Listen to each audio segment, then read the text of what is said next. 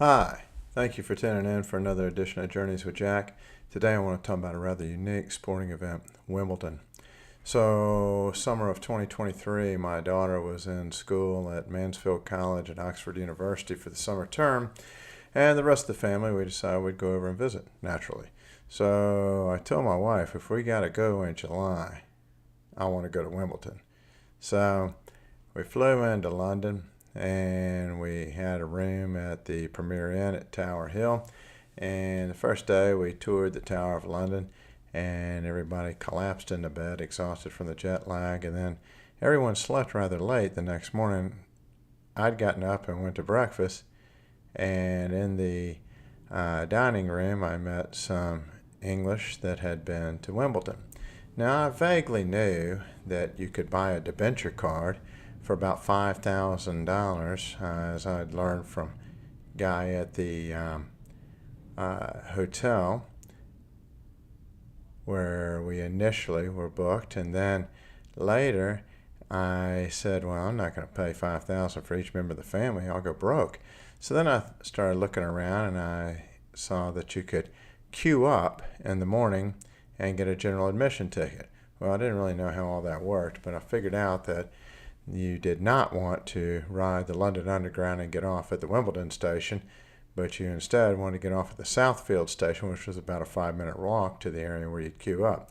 But I really didn't know much more about upfront, on the ground, personal type things. But the people that I met at breakfast, they were wearing some Wimbledon attire, and they were very helpful. And they told me that you get out there as early as you can in the tube. You got to get there before 6 pretty much to be assured of getting a queue card and getting in that day. Apparently the first 6,000 people in the queue get a general admission ticket and get in and get to watch the show, so to speak.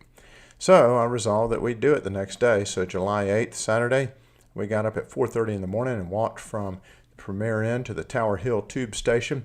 And as we were waiting around there and the daylight breaking, we met an Italian fella, Antonio, who was doing the same thing. So he told me he was meeting some friends and he'd done it before, so we sort of latched on to him. And pretty soon the train arrived and we got on the very first one at 5:30 in the morning, the Circle line, and rode out to Earl's Court, and there changed to the District line. Circle line is yellow, incidentally. District line is green. So we changed at Earl's Court, which is where he met some of his friends from Italy as well. And we all rode out to Southfields, got off the train, and joined the throng of people heading towards the field. Well, we got there a bit after 6, and I received my cue card, number 5,897. So remember that roughly the first 6,000 get in for the day. So one might say we barely made it.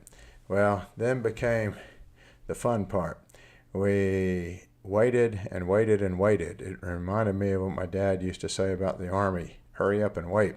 So we big hurry, got there, got the cue card, got in line, and waited in this enormous grass field with many snaking lines going back and forth, moving in fits and starts every so often. While we were there, we saw people boozing it up, drinking champagne, stumbling around, some people just drinking beer or liquor.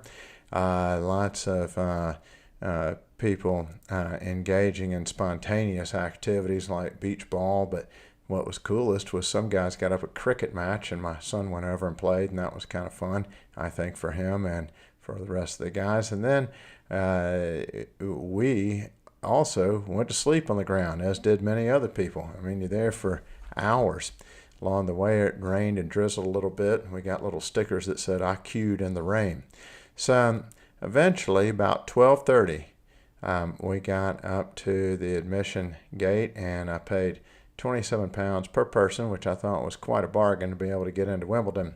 I'd found out earlier that the bigger matches are at court 18 or court 12, and we could find 18 most readily. So went there straight away, and then it began to rain with earnest. And so a lot of people bailed out, and my son Sam and I stayed. We had little lightweight raincoats, and we just kept moving down front. And eventually, we got right down the front row, and we were just right behind the baseline, and saw a great match between Chris O'Donnell from Australia and Chris Eubanks from the United States, and he'd previously played at Georgia Tech and had won the NCAA singles one year, I believe. It was a fine match, and both of the players had magnificent skill. Two of the sets went to tiebreakers. They just were really sublime. So the people seated next to us, quite interesting, were from Wimbledon. It was a mother and her adult son, and they had been to matches every year going all the way back to John McEnroe. Fascinating local history they were able to share with my son Sam and I.